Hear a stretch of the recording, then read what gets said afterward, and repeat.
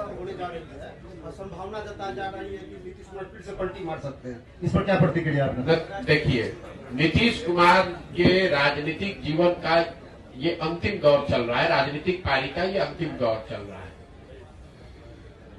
नीतीश कुमार को खुद नहीं मालूम है कि वो कहां हैं और कहां रहेंगे। इतना मैं जरूर कह सकता हूं कि लोकसभा से पहले अब उनके पास कोई विकल्प नहीं है, उनको चुनाव तो महागठबंधन में ही लड़ना पड़ेगा। इसलिए नहीं कि वो पलटी मारना नहीं चाहते हैं, इसलिए कि अगर पलटी मारेंगे भी तो कोई लेने वाला भी तो होना चाहिए। अब आज के तारीख में उनको कोई लेने वाला भी नहीं बचा है। नीतीश कुमार राजनेता के तौर पर और जदयू दल के तौर पर अब बहुत बड़ा बोझ हो गया है। जो उसको उठाने का कोशिश करेगा वो भी उस बोझ के तहत नीचे दब के मर जाएगा। जहां तक आपने कहा राष्ट्रीय कार्यकारिणी की बात, तो नीतीश कुमार का अपना तरीका है, वो ताश के पत्तों के तरह नेताओं को अपने पार्टी में ऊपर नीचे करते रहते हैं। और यही वजह है कि 18 साल से मुख्यमंत्री रहने के बावजूद उन्होंने अपनी पार्टी में कभी कोई एस्टेब्लिश्ड ऑर्गेनाइजेशन या कोई सेकेंड लाइन लीडरशिप बनाया ही नहीं।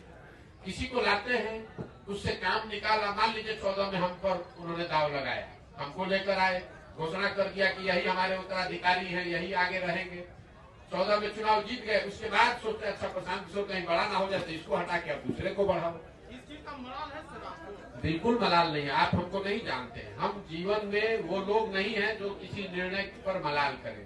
हमारे माता पिता और हमारे गुरुओं ने सिखाया है कि जीवन में जो आप काम करते हैं उसके अगर उसमें आपको कुछ गलती हो जाए तो उससे दो रास्ते आपके पास है। एक, आप अपने निर्णय और अनुभव के आधार पर सीख सकते हैं, सीख कर आगे जीवन में गलती न करें ये कर सकते हैं, या उसका मलाल कर सकते हैं। हम मलाल करने वाले लोग नहीं हैं।